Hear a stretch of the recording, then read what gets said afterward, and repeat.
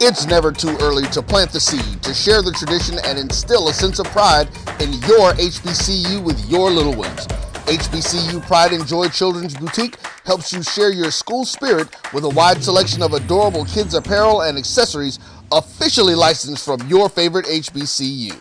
Visit hbcupridejoy.com and follow us on all social media at HBCU Pride Joy on Facebook and Twitter. This is Carlos Brown, letting you know that we're on the move. You can now catch the Carlos Brown Show beginning this July on the Black College Sports Network each and every Saturday from 11 to 1 Eastern Time. That's 10 to 12 Central Time. Same time, new place. On Facebook at the Carlos Brown Show and Black College Sports Network. Online at www.mybcsn.net and on the BCSN app available on Google Play and the Apple App Store. For 200 years, Montgomery, Alabama has been making history by people who had the courage to stand up for change.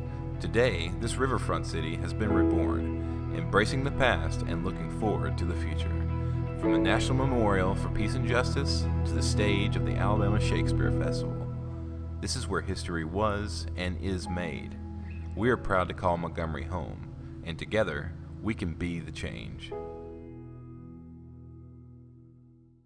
Sugar Chateau Desserts is a specialty bakery located in the Charlotte, North Carolina metro area.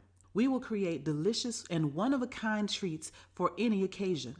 Sugar Chateau is currently shipping cakes in a jar, offering a variety of different flavors in a single-serve container that can help you celebrate in accordance with social distancing. Place your orders today by calling 803-526-7895 or visiting sugarchateaudesserts.com. Are you hungry for authentic Caribbean food? Like jerk chicken, oxtail, red snapper, shrimp, tofu, and rasta pasta? Well, find your way over to Mango's Caribbean Restaurant, 180 Auburn Avenue, right next to Royal Peacock. In downtown Atlanta. Them belly full, but we hungry. Mango's Caribbean Restaurant, open daily from 11 a.m. to 10 p.m. And on Friday and Saturday, we're open till 4 a.m. Come to Mango's and put some spice in your life. So we've got a good thing going. Mango's Caribbean Restaurant, 180 Auburn Avenue, right next to Royal Peacock. In downtown Atlanta. For more info or directions, call 404-698-3992. Or log on to mangoscaribbeanrestaurant.com. For instant coupons, text MANGOS to 313131. Tell your mama hungry, papa hungry, brother hungry. Mango's Caribbean Restaurant. Authentic Caribbean cuisines. Open up the door, tell your mama hungry. This is Brian Fulford. AD Drew and I are co-hosts of the BCSN Sports Lab. We talk about all things related to HBCU athletics. From the games, teams, coaches, and fan interest stories, we cover it all. You can find our shows on Facebook at BCSN Sports Lab, YouTube at MyJBN Online, and everywhere you listen to podcasts like Anchor, Spotify, Google, and Apple Podcasts. You can also find the show on the Jericho Broadcast Network's app. Make sure to download. We look forward to you joining the conversation and being a part of the show. Since 2002, Empowerment Resources, Inc., a nonprofit organization, has empowered more than 1,500 youth and adults in Duval and surrounding counties through its programs Journey into Womanhood, Girls Mentoring, Life Skills for Teens, and Parenting Education Coaching.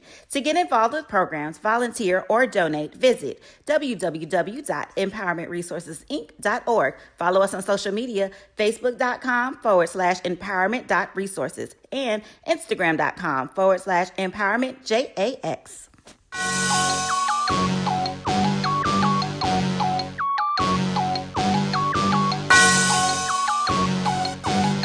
Yeah.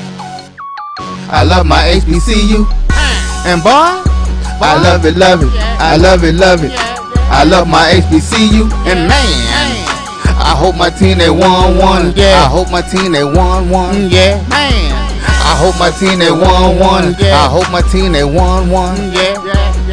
I tune into the HBCU Sports Lab to see if my team won or lost. If they lost, I'm quiet as a mouse, but if they won, keep tab, I'ma do the dab, yeah.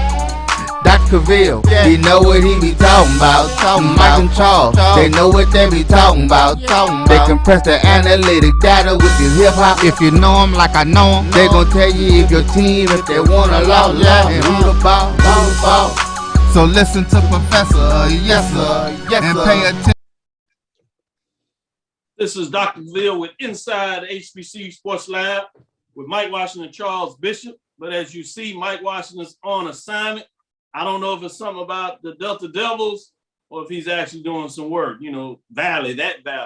But in his place, we have none other than Joe Clay, Professor Clay, better known around these parts as Joe Cleasy. With that being said, welcome to episode 214 of Inside the HBCU Sports Lab radio show and podcast, the show that's covering the sporting HBCU dash for all things HBCU sports. From institutions large and small, from the NAIA to the NCAA, we share insights and information on the HBCU sports culture, which includes the marching sports, which we'll touch on today with the band poll rankings, but we have an extra special edition of spice to see what they think of my poll rankings. And these folks, like those drum majors we bring in, they have a little credibility. So we'll see how talented the dean of HBCU sports are. With that, we do the HBCU athletic aesthetics to facilitate the story of HBCU athletic programs in the business of HBCU sports. Those that follow me on Facebook, you may have seen me doing a tit for tat, trying to educate some folks about the FCS playoff. I'll continue to do that because we need to educate our people and make sure they understand about making wise decisions. And I'm not saying that you can't do the playoffs, but I'm just making sure that you understand. Don't put no foolishness out there unless you know and educate yourself about the principles of what is the organization, the NCAA, and how the money flows. I'm your host, Dr. Kenyatta Cavill, along with my co-host, as I said, Mike Washington, Charles Bishop, shooting out love to Professor Washington. But we got Professor Clay in here. He's going to bring it hard and heavy. He certainly is an insider of Prairie A&M sports, much like Charles Bishop. Professor Bishop is on the other side of Jackson State. So this makes it a little magical because it just happens to be the fact that this is the SWAC championship game week 2021, and it features what? None other than Prairie A&M traveling to Jackson State, as Jackson State is hosting the championship this year. We are filming from our home studios and sending a signal live to KCOH 1230 AM studios with the Texas Radio Hall of Famer, Ralph Cooper. Shout out to Ralph Cooper, Spotify. Brother Sam Polk Jr. gave me a little heads up that he did an interview over there with the Jackson State folks, and he does what he does from a historical standpoint. If you never have had that treat of listening to Ralph Cooper in terms of the storyteller that he is, you're in for a treat. Go check that out on Spotify. We'll put a link in there for all our lab listeners, because I know you all want as much of the HBCU sports framework and history you can get. We'll do that for you. Shout out to the Hall of Famer, Ralph Cooper, multi-Hall of Famer, Wall of Famer, as you know. Beautiful home of Texas Southern University from Houston, Texas. With that being said, today's episode of Inside the HBCU Sports Lab is sponsored by THG Agency, LLC. THG Agency is a company that provides sporting and educational consulting and data analytics. I chair and I am the president and CEO. So that's when I tell you about the business sports. I'm telling you because I do the research. Let me make that clear.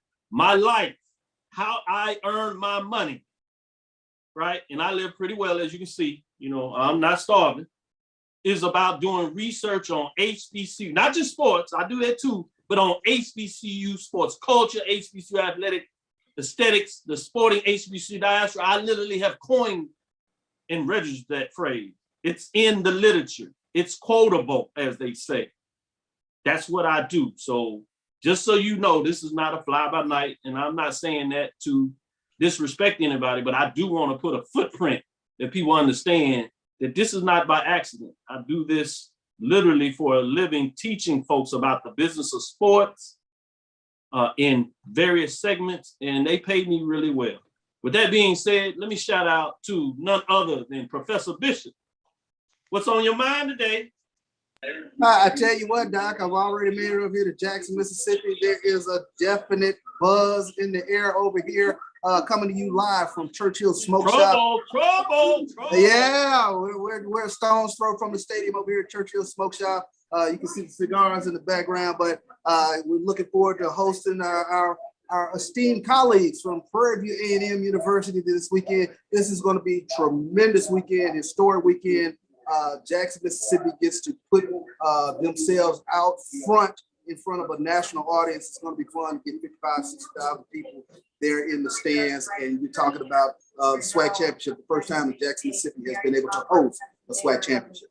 Well deserved, I will say, but make sure they put me a cigar to the side because we plan to come down there and win a championship. So I want to smoke. Joe Cleese, is that possible this week? I believe it is. I think everything's on the table for this championship weekend. I think we can get it done. No doubt about it. With that saying, how you doing today? I'm doing wonderful. I'm excited. I need to get downstairs and pack as soon as we finish with this show so I can get on this plane tomorrow. Oh, Professor Bishop, gotta come over here. You about that packing. You better get over here. Hey, Doc, I came over here. The plane was packed with Jackson State alums, Prairie View alums.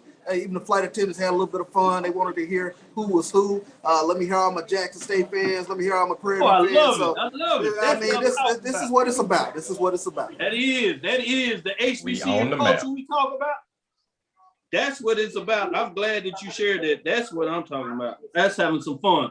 With that being said, I want to take a break from football because we're going to get into it hot and heavy, in terms of the zero quarter, halftime show, fifth quarter. We'll do that in terms of our poll ranking as we go in the second quarter.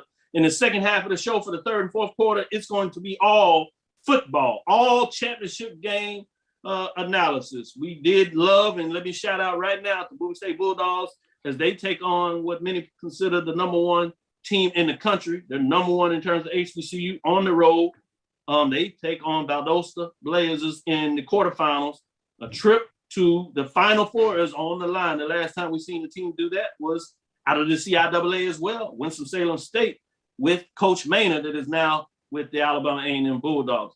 But I say all that because I wanted to actually talk a little bit about the Ram Ball. There's a team out there called Norfolk State. The Division I Spartans, as you know, they've been party crashers as 15 seed taking down number one seed. They've done it twice in terms of their magical campaign. This year, though, they've gotten off to a 9-1 start. This is kudos of HBCU game day. And when I first saw it and watched them last night, when they were at 8-1 and had a chance to go 9-1 and register, I said, man, this has to be the best start in like 30 plus years. I didn't even look at the data. But what I really like and appreciate about Stephen Gaither, I don't have to do that because he'll do it for me.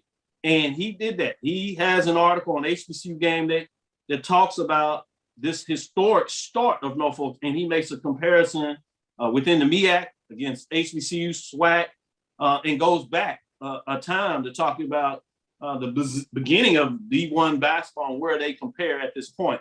I don't necessarily want to get into too much basketball talk. We got a chance to do that next week when we're in between, whether it's Jackson State or Prairie View versus South Carolina State for the MEAC Challenge, which will come 2 weeks later.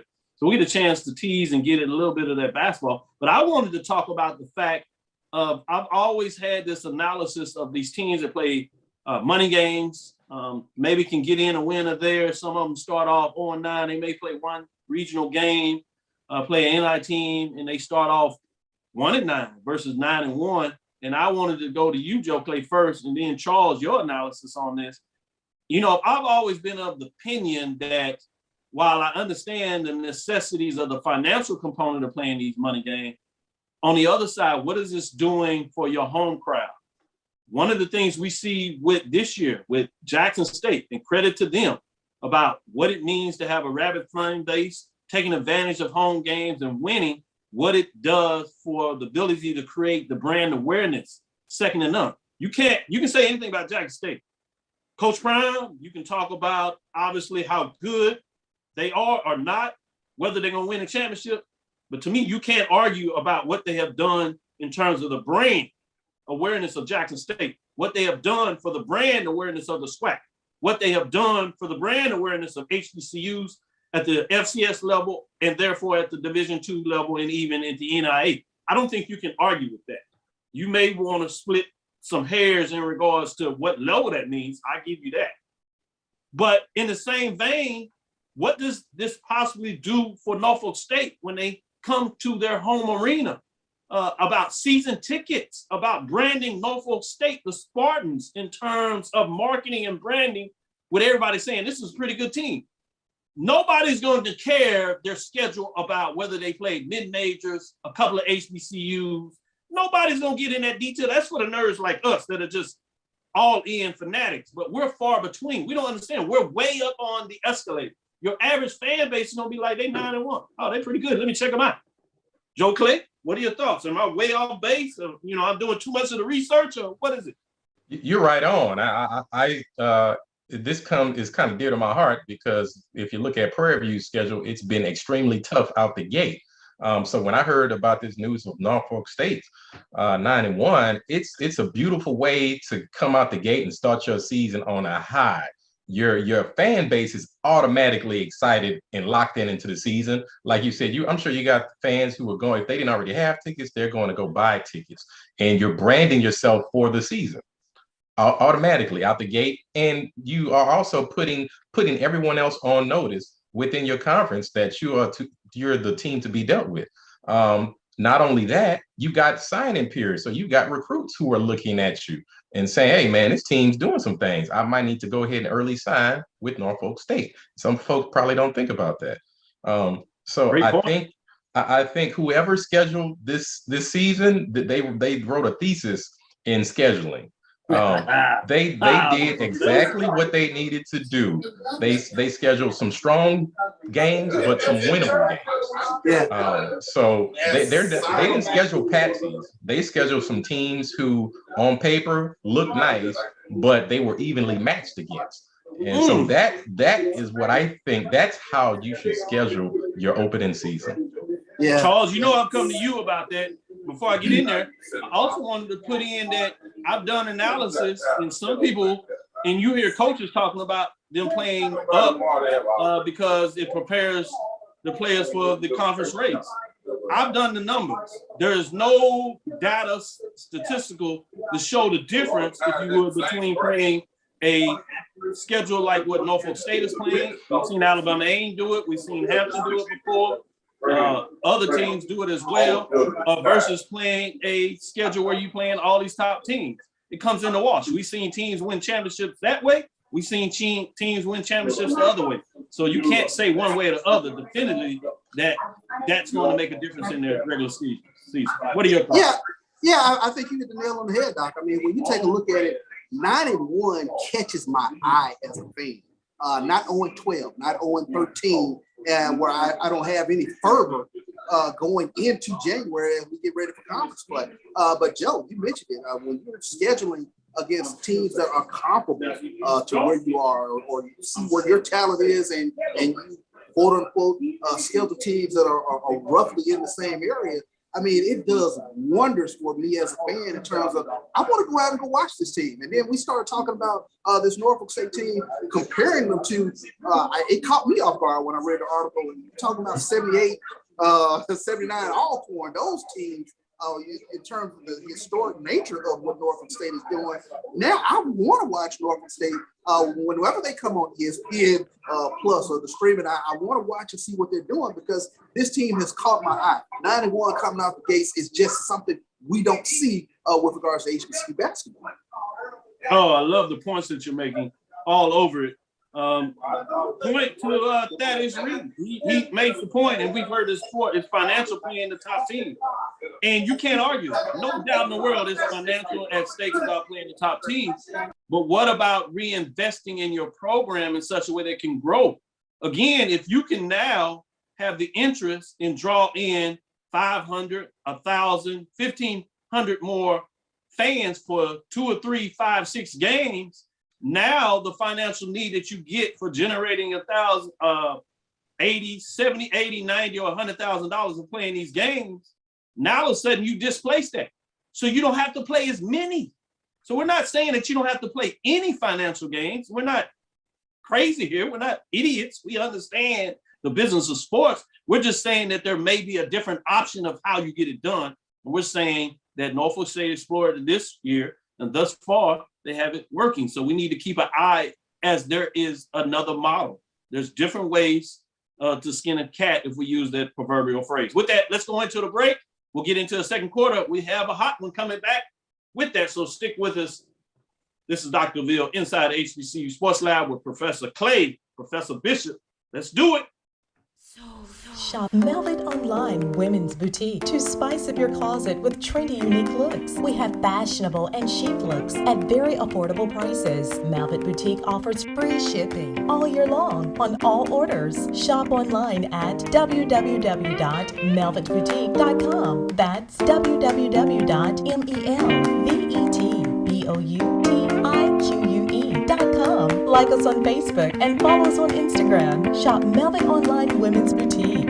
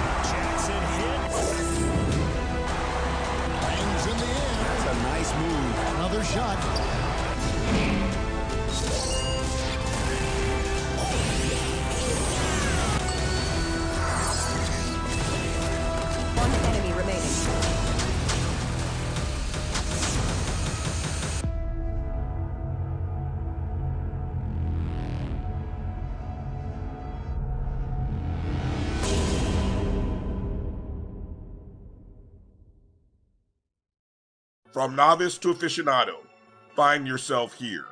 High quality cigars plus personal customer service with Slow Burn. Visit our website, www.slowburnwaco.com.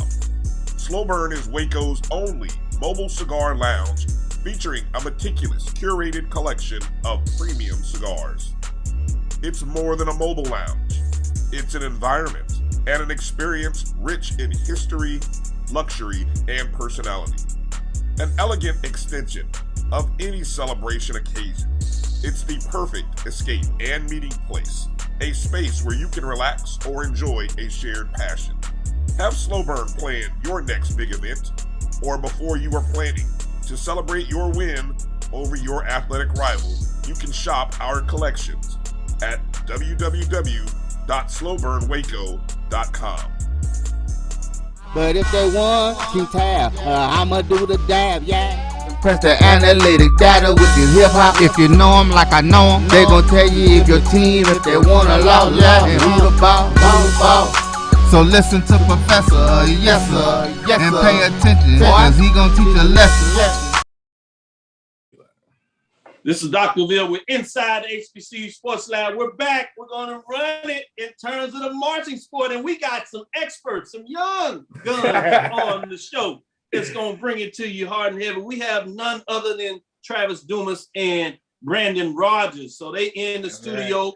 And before we get into my poll rankings and see what they say about my poll rankings, the marching sport, you see Charles, the Professor Bishop, sitting back a little bit. He gonna have some fun. So y'all don't get too lazy, because you'll remember I control the mic, and so I will not bring you back. Now keep it real, man. Y'all know what y'all doing. We do it all in care. But before we get started, I do want to introduce you to some. I know many others know about y'all, know of you, so I don't want to insult you. But for those that are not, tell them quickly a little bit about yourself in terms of where you're from, what HBCU represented, or HBCUs you have represented, and then the name of your show.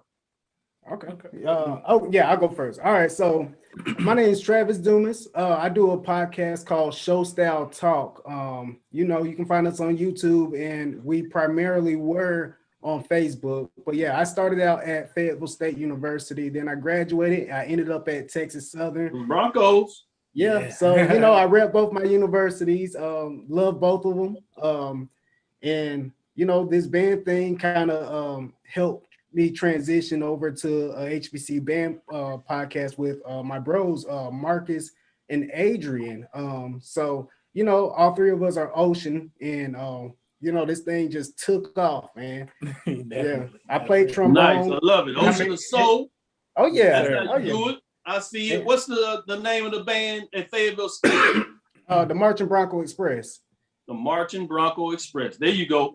With that, Brandon, your turn. Let the people know. How y'all doing? I'm Brandon, one half of the Rogers Bros. My brother not here right now. He actually working. But yeah, man, I'm from North Carolina. My brother and I started a YouTube channel about 5 years ago. And we've been reviewing bands and just trying to bring another element of fun back into the band world. So that's what we do. And then, a lot of people gravitate to us, man. So yeah, we've been having fun with that for about 5 years now. I attended South Carolina State. That's where yeah. I recognize. I see you. Nice. We'll be seeing them in a minute. Okay. I got questions. Oh, all right, so let's get into this poll rankings. Questions. We don't want to make sure that we give you enough time. Charles will get excited on me. So pull up the band rankings so we can get in this top 10. We have those receiving vote, North Carolina A&T, in terms of receiving votes this week. And at number 10, you have none other than Alcorn State, the Sounds of Dynamite. They're 3-3, 2-3, 28 point. As you said, previously ranked 1, they did lose the head-to-head matchup in terms of those that had voted in the poll against Jackson State a couple of weeks ago. So you see that they dropped down from that poll ranking. Let me level set a little bit as we move on. The uniqueness about this band poll ranking is it's not just the poll ranking you put out to have people vote. So you can go get who has the deepest and largest fan base. We don't do it like that. This is about matchups. This is the marching sport. I understand marching sport, anything about sports, there needs to be a contest. That means there's a winner and a loser. Right, absolutely. 0 quarter, halftime and fifth quarter, right? I want to know who came in, who won, who lost. When you add it all up, you don't need but one more note, if you would, than somebody else, and you consider the winner, which means somebody else gets that L. Number 9, South Carolina State marching 1-1, 3-2, 1-1 overall, 20 points. Previous ranked 10 because Auburn dropped. They moved up a spot. And number 8, Prairie A&M, the Marching Storm, 2-1 on the season, 2-1 also. They get another chance to match up with the SWAC championship game. As you see, they hadn't played in a lot of marching sports, and you hear a little rumble in terms of their band down. They're not happy about that. But in this march sport, you can't get ranked so high if you're not performing. This is a marching sport. Correct. Hey, I can't do nothing for you. At number 7, and that's my school. At number 7, Bethune-Cookman, the Marching Wildcats, 2-1, 0-1, 30.70. This is another good one, band, but they just ain't performed enough. So it's hard. They were in top 5, but there's other teams and bands, and I call them teams because it's a marching sport. The number 6, Alabama State Mighty Marching Hornets, 5-2, 1-3, 34 points. Let's get into the top 5 where the big boys play. Let's go. Think about it. This is where we separate the big boys from the little boys. Let's see. At number 5, Kentucky State has jumped in here. Mighty Marching Thoroughbreds, 5-0, 3-0. Surprised a lot of folks. They had the upset of the year when they faced off against Tennessee State. They got the win, right? It sounded like these folks are familiar. They told you. And then they just crushed the competition at the Division II level. They got it done. At number 4, Norfolk State, the Spartans Legion Marching Band, quietly 4-1, 2-0, 69 points. Don't get a lot of shine, but we watch them. They got it done. At number 3, Jackson State, the Sonic Boom of the South, 6-2, 4-2. They had the head-to-head matchups with the top 2. Didn't come out on the winning side, but they in there. Some people would argue they should be higher. We'll see. 8-1. At number 2, Florida A&M, the Marching 100, 5-1, 3-1. First year in the SWAC. Some people said you need to look at that matchup. How did they do? They had their loss to Southern, but other than that, they snuck out their win early in the season against Jackson State. 2 first-place votes, though, 83 points. They remain at number 2. At number 1, Southern Jaguars, the Human Jukebox, 8-0, 5-0, 6 first-place votes. And look at all the matchups they had. Not only did they win a lot, but they had a lot of matchups, so it gets a lot of face time. 91. Let me go with you. Let me jump right into it, fella, before we let Charles ask a question. Brandon Rogers, I'll start with you, brother. How did I do? Hey, honestly, I ain't never seen a ranking like that, and that was pretty cool. Yeah, after you explained everything, your reason, I ain't got nothing to say. I like it. I ain't gonna lie to you. Y'all welcome back anytime. You heard that? Joe Clay, you heard that? Yeah, I like that. Travis Dumas, lit me up. What you got? Hey, Hey, he's the stamp of approval. Hey, man, I'm telling you, we all got our own little grading and ranking systems. They have the Rogers Bros scale, we have the Show Style Talk scale, and I see you have your own scale. Even Meet Me on the 50 has his own scale, man. You know, and like you said, after you broke it down and explained it to us, yeah, your list makes perfect sense. Yeah. Appreciate it. It's So- all opinionated, so I like how you no think. doubt about it. Yeah. No doubt about it. I do want to do this before I let Charles ask this question. You talked about the different scales that you use. Brandon, go ahead and talk about the scale that you use, just so people will be familiar when they see. All right, so we got something called the Rogers Bros scale. It's real simple. Like I said, we want to bring fun into it. We don't really want to critique so hard, like, oh, they got the accidentals wrong and all that. We was like, do we like it? No, actually, it started off with love. So it's the highest score you can get is a 2. So if you loved it, like it just resonated with you. 2. 1, I liked it. You know what I'm saying? It could have been better. Then you got 0. It's like, it's the midpoint, you know? And then you got a -1 because it goes, that's a 5-point scale. -1, I ain't like it. And then -2, I hated it. Oh, you in some trouble. Yeah, you need to put in some trouble. So it's like, just because you were starting off good don't mean you're going to stay up there. You can actually get a couple -2s and lose the battle. Oh, I love it. Great framework. I got to add that. I might have y'all both know my poll ranking. Travis, tell me about how you create your scale. Okay, so actually my crab brother, Adrian, he's the one that created scale. It pretty much works the same way as Rogers Bros scale. It starts at 0. 0 is the lowest score you get. We call it a goose egg. You know, that means you totally bombed it, bro.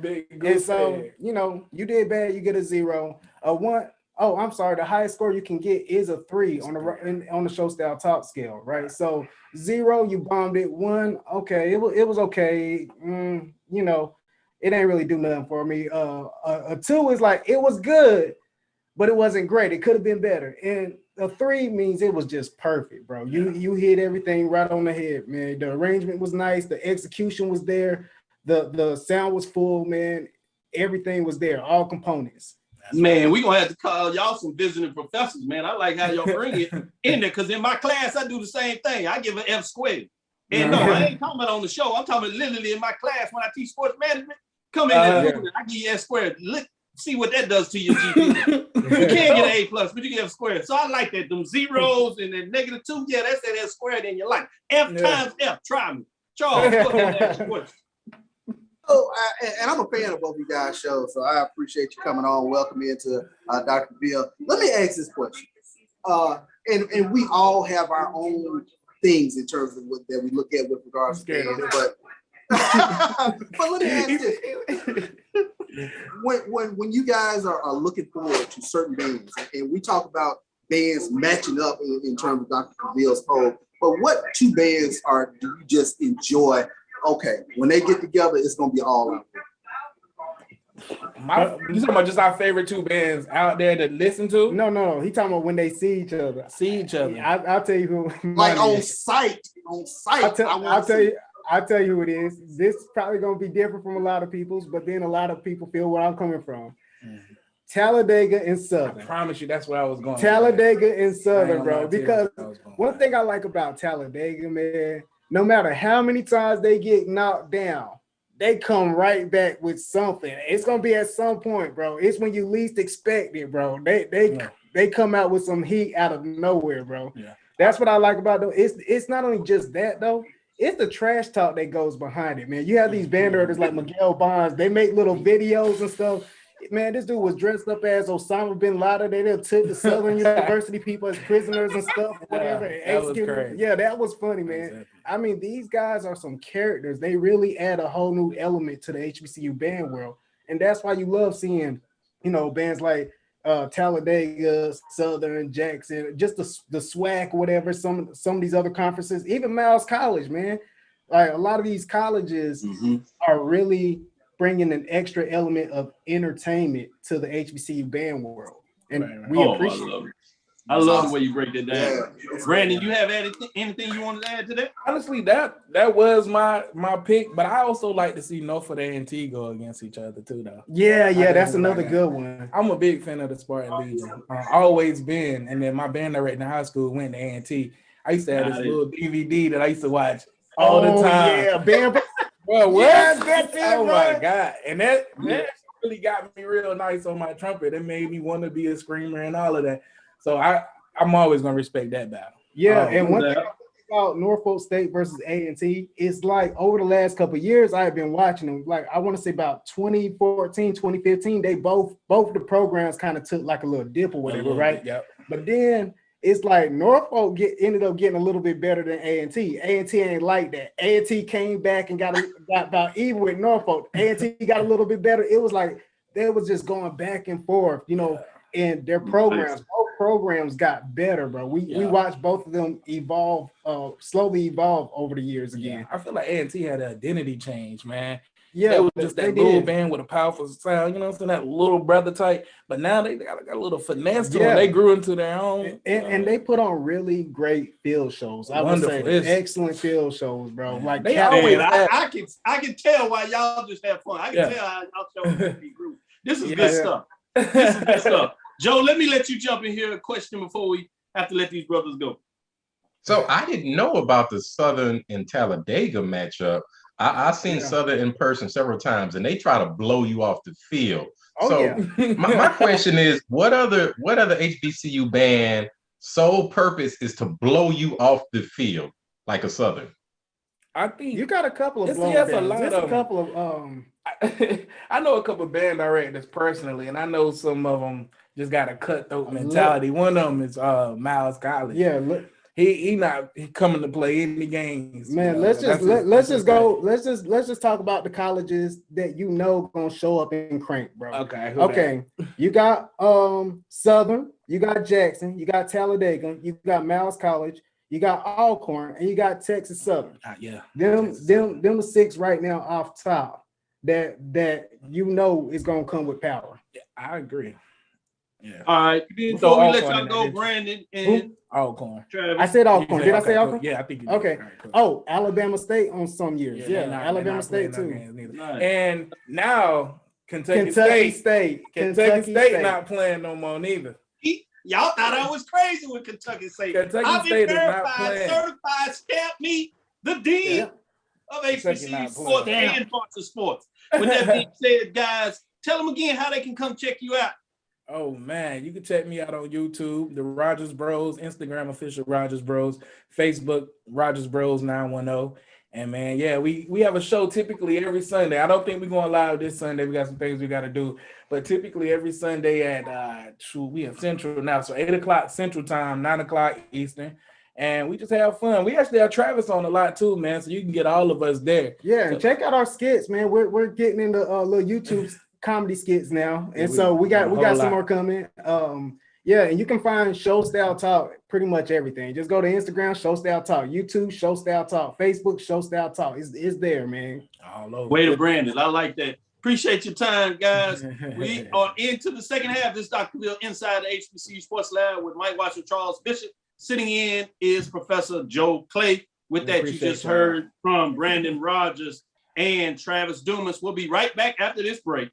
It's never too early to plant the seed, to share the tradition, and instill a sense of pride in your HBCU with your little ones.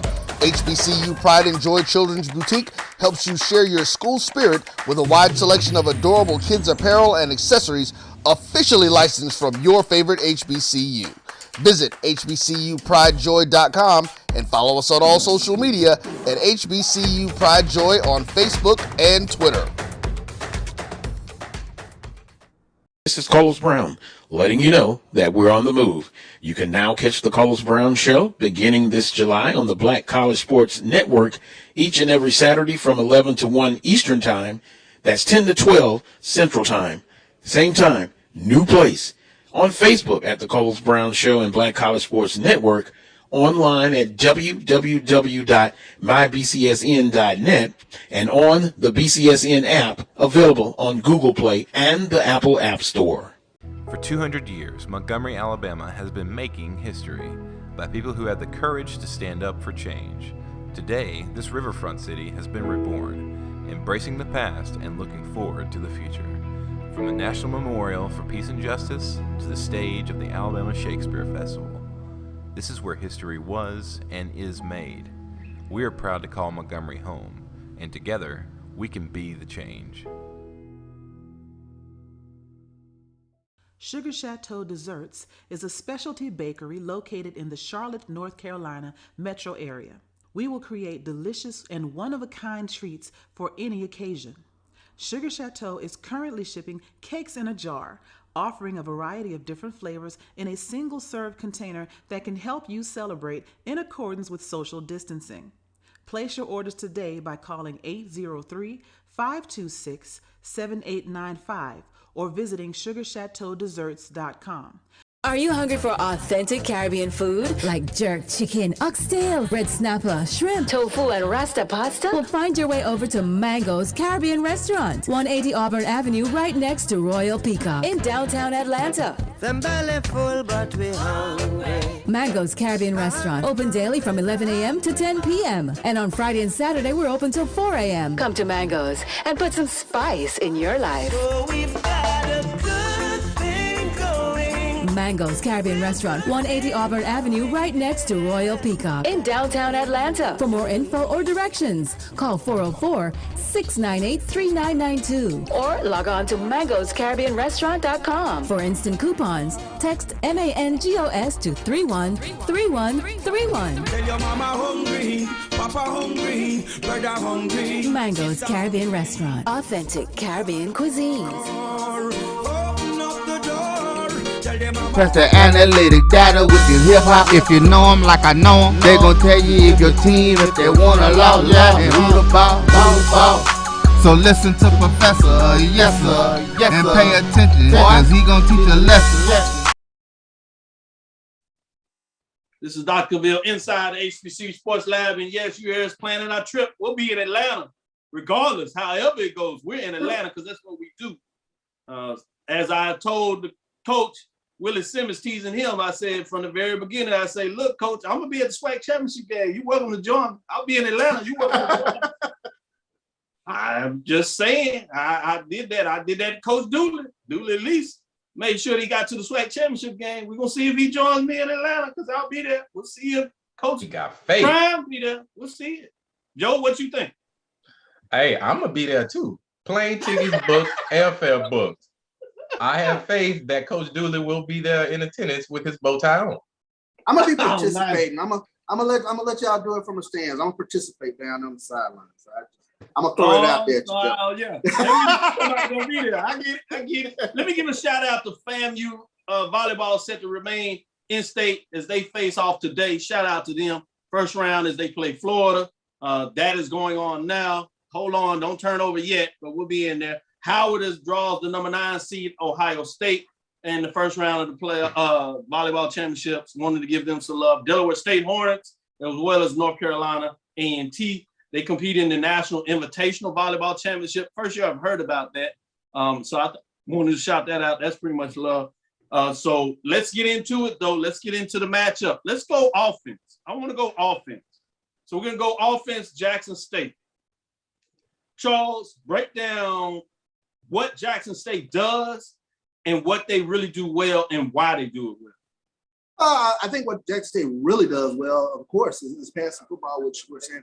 And you take a look at the receiving core, which I think is the deepest part of the team. You take a look at 5 different receivers with 20 catches in there.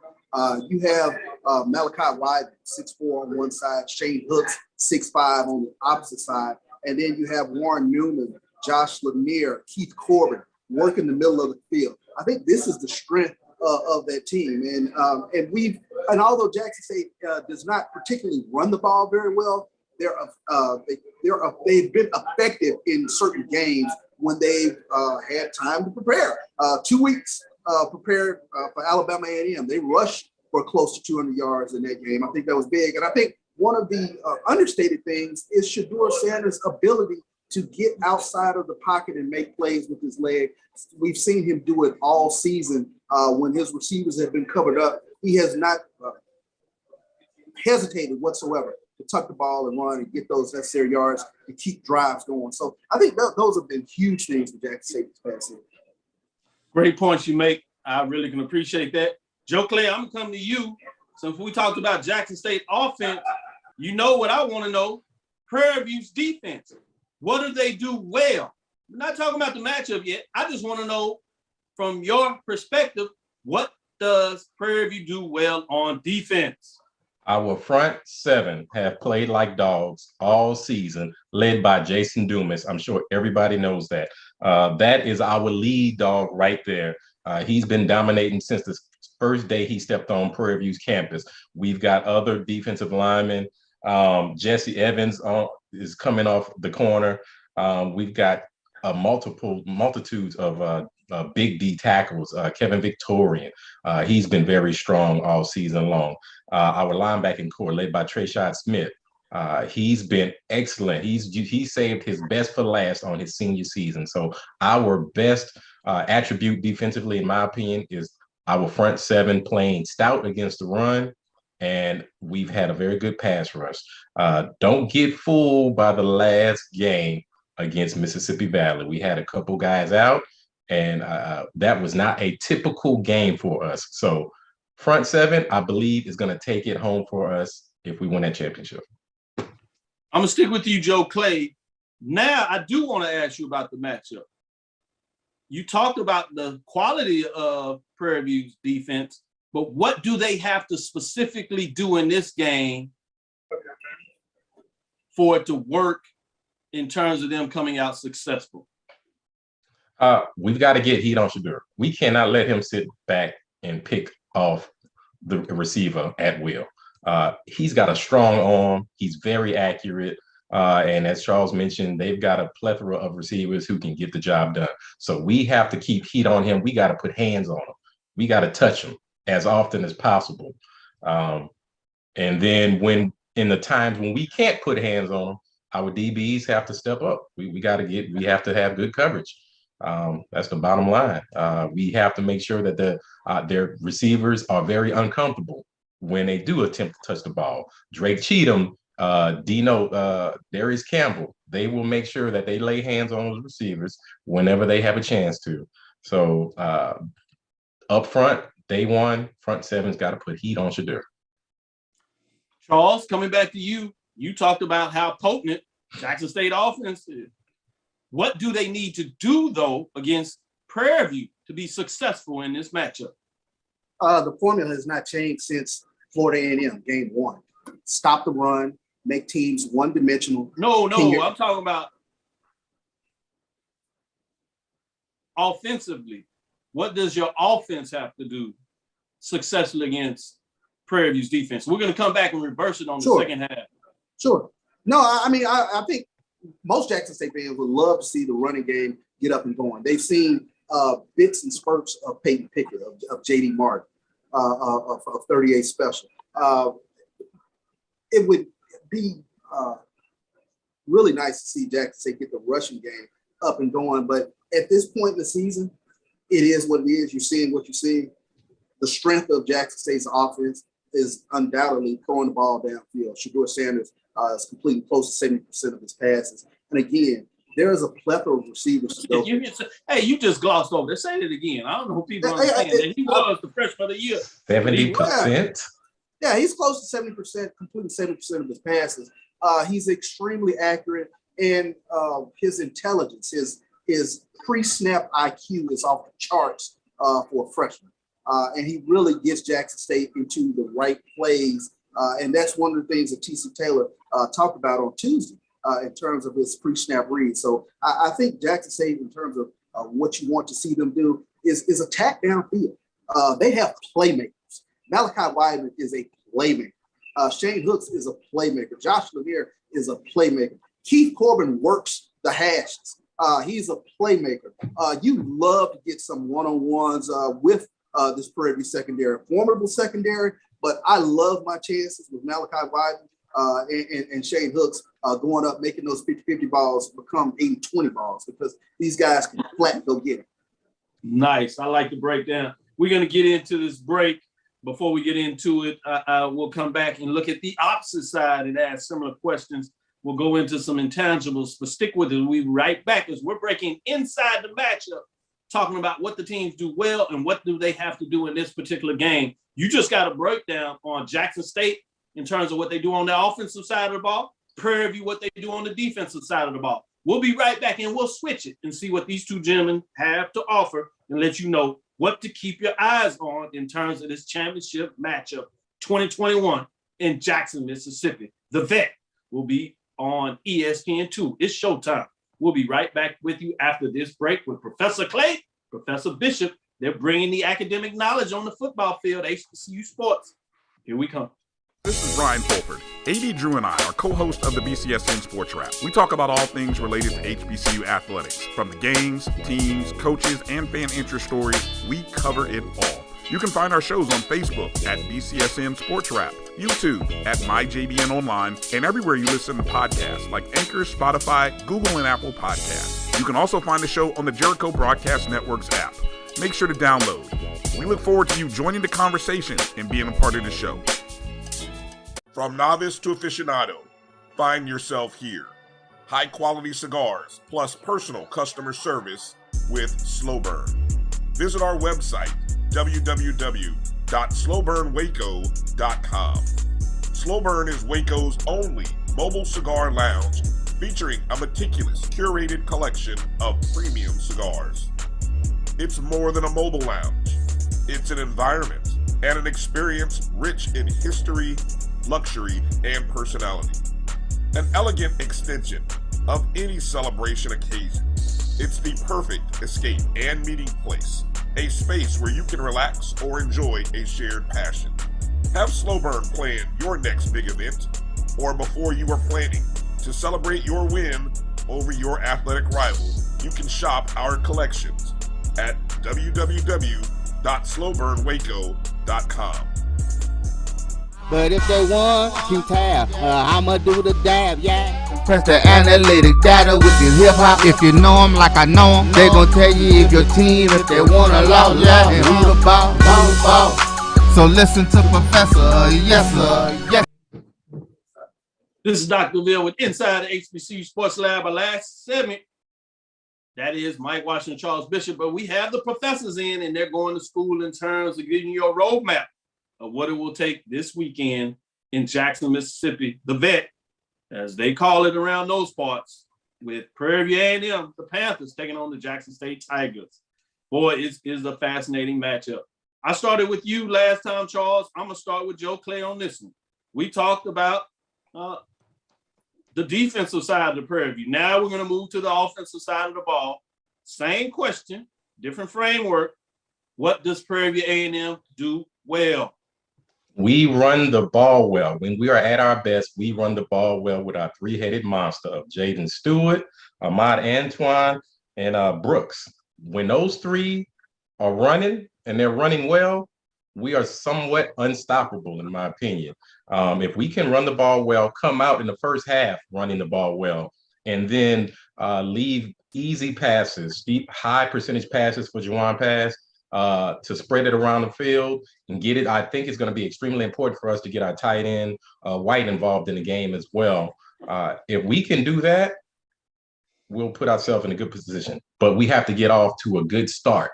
We cannot be a second half team. We cannot show up to play in the third quarter. We got to show up to play offensively in the first quarter with the running game and high percentage passes. Shout out to Thaddeus Reed. This was a good one. He said he got more fans in here than they had at their home. That's a good one. I have to give him credit on that. When you come with it, it's a good one. You just say something out there being ugly, I'm going to let it pass. But when you make it funny, I'm going to let the world know.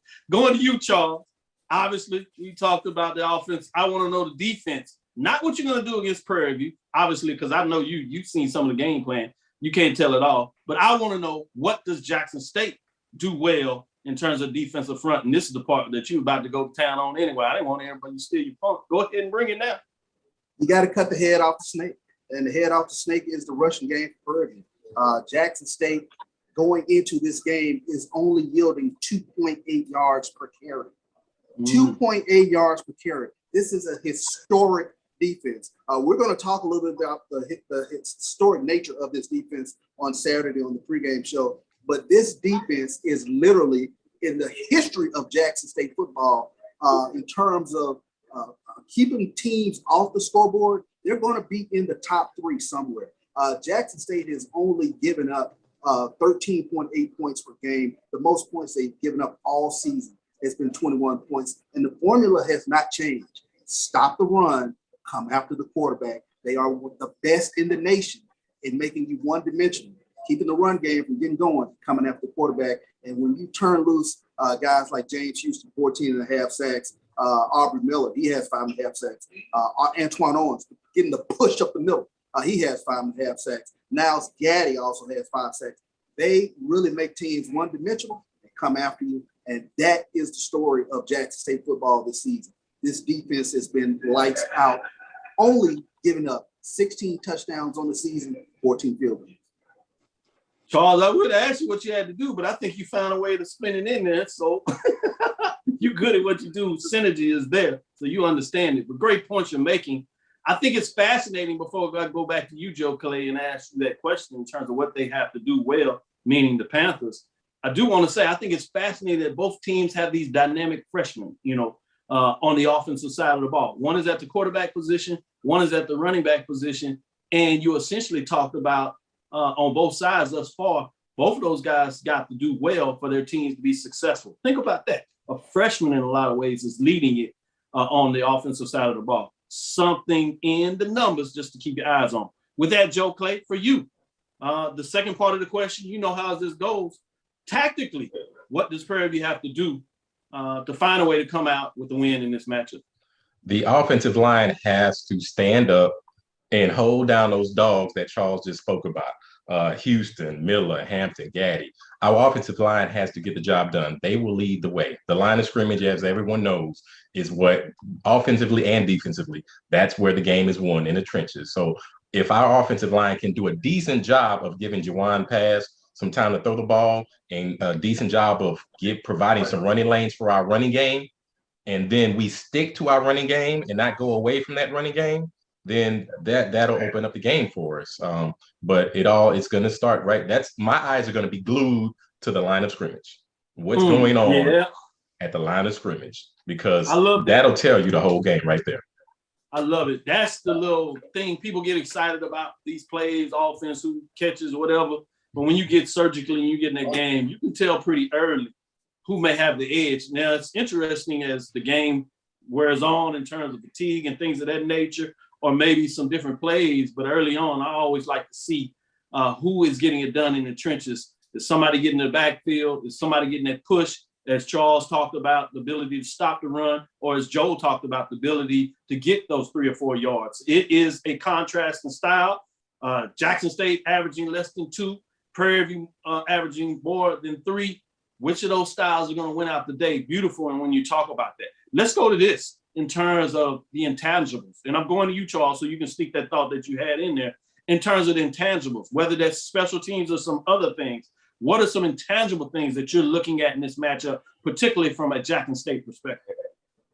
The intangible that I think is going to jump out is 60,000 people in the stands. And you're talking about energy creates synergy. I've watched it all year with this team.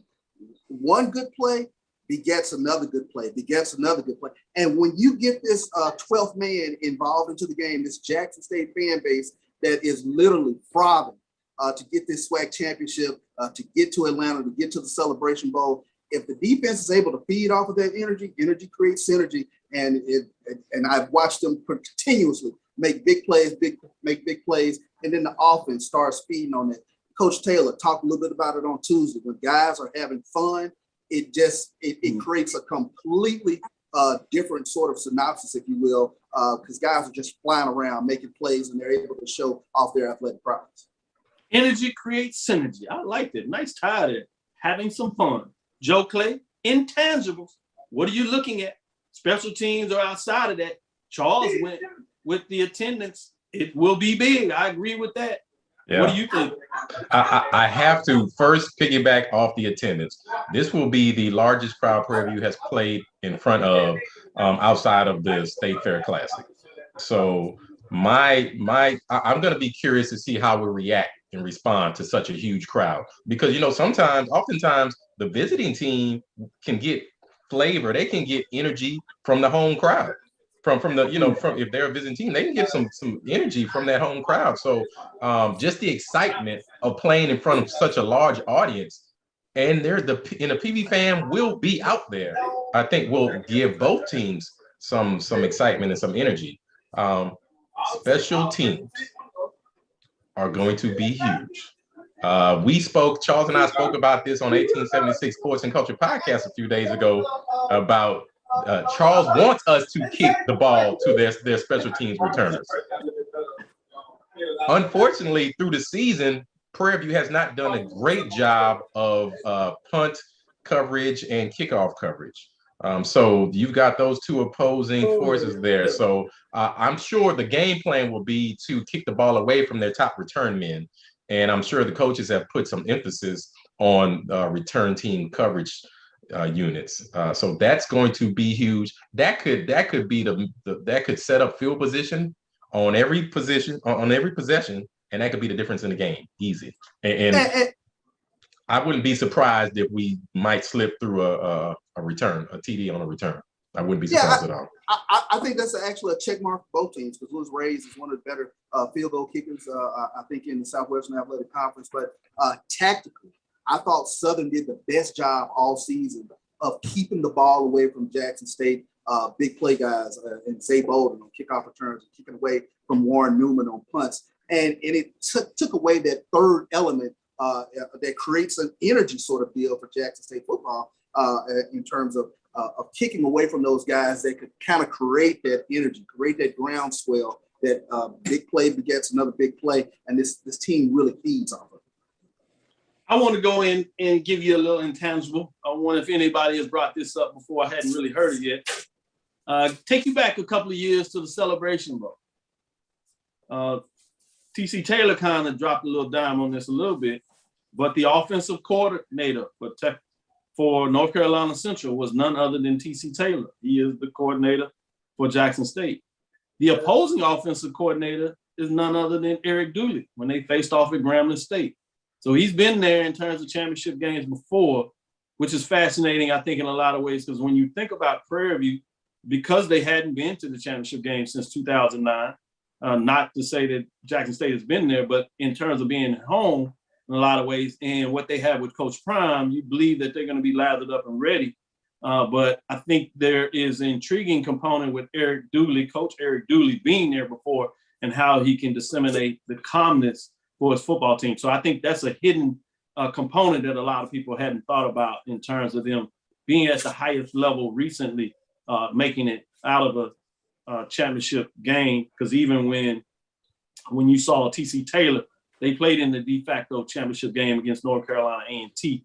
Winner of that game went to the Celebration Bowl, and obviously you have the traditional setup of the championship game in the SWAC.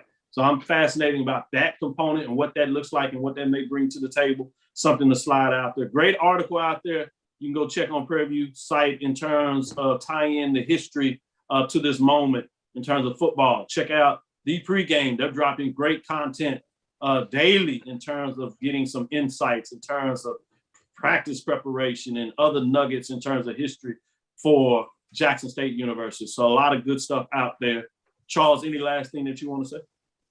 Really looking forward to the city of Jackson putting on a great SWAC championship. And I've said this before, Dr. Bill, Jackson, Mississippi is the quintessential SWAC city. In terms of this fan base loving on Jackson State, it's a little unique. It's a little different where the population of Mississippi, the African-American population of Mississippi has not been peeled away from Jackson State as it has in Georgia, Alabama, Louisiana, Texas, so to speak. So for this city to get an opportunity to watch this Jackson State football team vie for the Celebration Bowl, it's going to be huge. The hotels are packed, the restaurants are packed. Looking forward to Jackson putting on a great show this weekend. I'm glad you shared that, and I check back that 100%. If there's a such thing as a city, a state, in terms of the African-American Black population that deserves this opportunity because of their trueness, if you would, in terms of the fandom, I unequivocally say it's Jackson State Tigers. And so I celebrate that. I shared that with the executive director, John Grant. He was asking about that. I shared that obviously with Charles McCullin. He agreed, the commissioner of the Southwestern Athletic Conference, had a conversation with the commissioner of the SIC. He asked that question, and I broke down that history, and we talked about that in class in terms of the uniqueness of the history. Don't have time to share that, but if you get a chance, study that phenomenon that we know now of Jackson State. And well said, kudos for Jackson State in terms of being able to keep that machine on for the HBCU sports culture, along with the other HBCUs, but it is unique, and Prairie View is going to get a chance to see it. And all those fans, they want to be a part of that I asked them to come see it, because you're going to have a great matchup, frankly, whatever it is in this matchup. Team will come out the champion, and they'll deserve it because they're going to play it on the field. And the revenue associated with that is big time. And it rivals any of the Power 5 type of bowl game, championship games you'll see. In a lot of ways, this is likely to have the second, third largest championship game attendance in all of the championship games that are played this weekend. Broadcast on ESPN2, well deserved to all those involved, including the VP of Intercollegiate Athletics, Ashley Robinson, of what he's done at the beginning of this in terms of making the hire and then doing the marketing and setting up things to make it go. But shout out to the fans of Jackson State, the city of Jackson State University, and the state of Mississippi, which a lot of people know that I unequivocally have some major concerns about the historical components of that. But that is a different framework when you talk about the African-American populations and how they have fought and tied on to history with Jackson State University and the other HBCUs in that area, to be straightforward with you. That'll do it for me. Hope you enjoyed that, understand that framework. Kudos to all those done. Shout out to Thaddeus Reed, talking mess, but he is a fan of fans, and I can appreciate that fandom. Shout out to G Boom Holly in terms of his fandom. Love it. Continue to get it done. Thank you for listening to Inside the HBCU Sports Lab. Make sure you share our podcast with your friends and colleagues. I am Dr. Kenyatta Cavill, the Dean of HBCU Sports, coming from inside the lab in the College of HBCU Sports with Mike Washington Charles Bishop, visiting professor today, none other than Joseph Clay. With that being said, again, we thank you for listening to Dr. Bill's Inside the HBCU Sports Lab. Mike Washington Charles Bishop every Tuesday and Thursday at 6 o'clock. You know, we'll be ready to go at 9 o'clock. We might get a little later shout out. So you guys on Sunday, depending on what's going on. With that being said, you see them getting loud with us, get them cigarettes back there. No problem. We understand. Tell them we're going to be there. They partying already. We coming. This is Dr. Kenyatta Cavill, DrKenyattaCavil. It's DrKenyattaCavil with Twitter, Facebook, and Instagram. I hope you enjoyed our interview with Brandon as well as Travis, giving us the marching sport in their framework of the poll ranking. Again, follow me, Dr. Kenyatta Cavill, on Twitter, Facebook, and Instagram. Inside the HBCU Sports Lab 1 on Twitter, Facebook, and YouTube is Inside the HBCU Sports Lab. Like, subscribe. If you like this and want more of this, make sure you give us the support. Dream big and continue to move forward. We will talk with you soon. Joe. Charles. Lecture. This Smith. Shout out to Roy. Appreciate you.